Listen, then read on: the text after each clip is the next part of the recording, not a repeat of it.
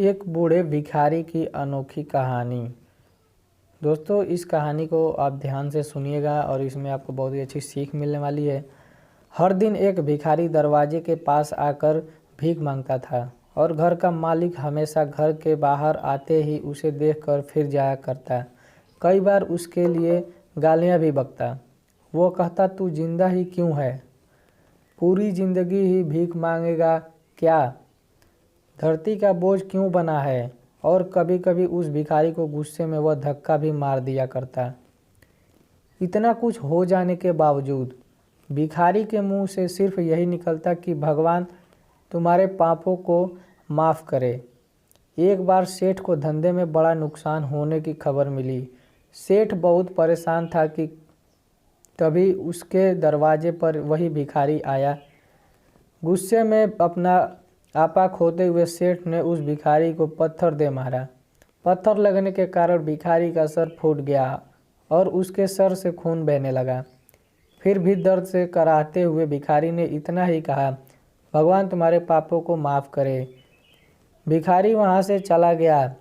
सेठ सोच में पड़ गए। भिखारी को पत्थर मारा, फिर भी उसने सिर्फ प्रार्थना की। सेठ का गुस्सा शांत हुआ, सेठ का मन शांत हुआ।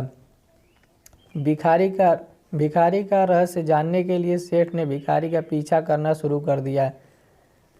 भिखारी जहाँ रहता था सेठ उसके पीछे जाता। सेठ ने देखा कि कोई उसको खाना देता, कोई उसको मारता, कोई अपमानित करता तो कोई गाली देता। लोग भिखारी के साथ चाहे जैसा व्यवहार करते, लेकिन भिखारी सबके लिए एक ही प्रार्थना करता, भगवान तुम्हारे पाप माफ़ करे। अब रात होने को आई थी। भिखारी अपने घर जाने के लिए लौटा। वो अपने घर पहुंच गया, लेकिन सेठ अब भी उसका पीछा कर ही रहा था। एक पुरानी टूटी हुई खटिया पर एक बूढ़ी औरत लेटी हुई थी। काफ़ी कमज़ोर और बीमार लग रही थी। वह भिखारी की पत्नी थी। अपने पति को वापस आता देख वह खाट से उठ खड़ी हुई। पत्नी ने अपने पति के भीख वाले कटोरे में देखा, उसमें सिर्फ आधी बासी रोटी थी। उसे देखकर वह बोली, आज बस इतना ही मिला और हाँ, आपके सिर से खून निकल रहा है। ये चोट कैसे लगी? बूढ़ा भिखारी बोला, आज बस इतना ही मिला, किसी ने कुछ दिया ही नहीं। सब ने गालियाँ दी और एक पत्थर भी फेंका, इसलिए मेरा सर फट गया है। एक गहरी ठंडी सांस लेकर बूढ़ा भिखारी फिर से बोला, यह मेरे ही पापों का फल है। तुम्हें याद है कुछ साल पहले हम कितने अमीर थे?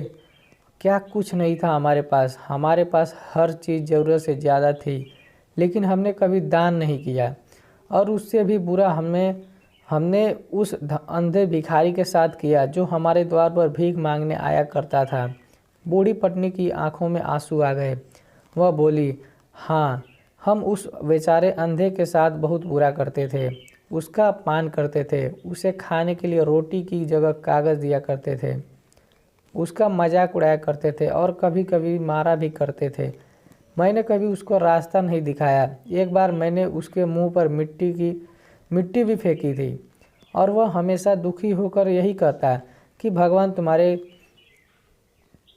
किए की सज़ा देगा, भगवान तुम्हारे पापों की सज़ा जरूर देगा। उसका श्राप सच हुआ और हम दोनों इस दुख भरी जिंदगी में आ गए।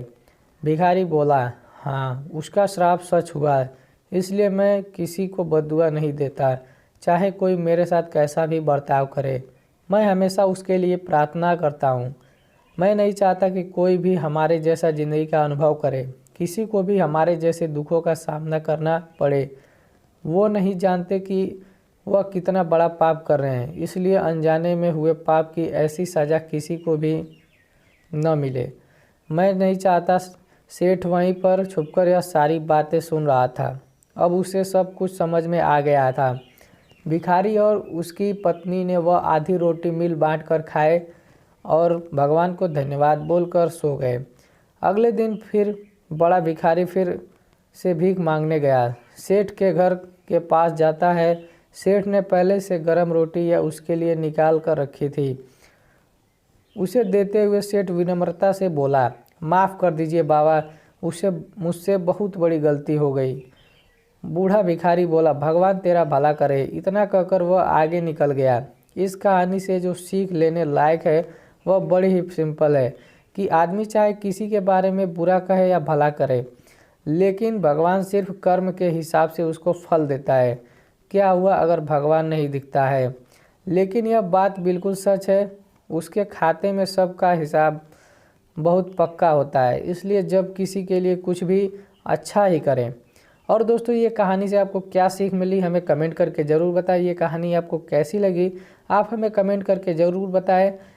और दोस्तों, आपका कोई भी सवाल हो तो आप हमसे कमेंट करके पूछ सकते हैं। वीडियो को लाइक कीजिए, चैनल को सब्सक्राइब कीजिए और दोस्तों वीडियो को ज़्यादा से ज़्यादा शेयर कीजिए। आप हमें सपोर्ट कीजिए ताकि आने वाले वीडियोज़ के भी नोटिफिकेशन आपको मिलते रहे। चैनल को सब्सक्राइब करके ऑल पे बेल नोटिफिकेशन प्रेस कर दीजिएगा, जिससे आने वाले वीडियोज़ के नोटिफिकेशन आपको मिलते रहेंगे और ऐसे ही लेसनेबल कहानी आपको हमारे चैनल पर मिलती रहेगी।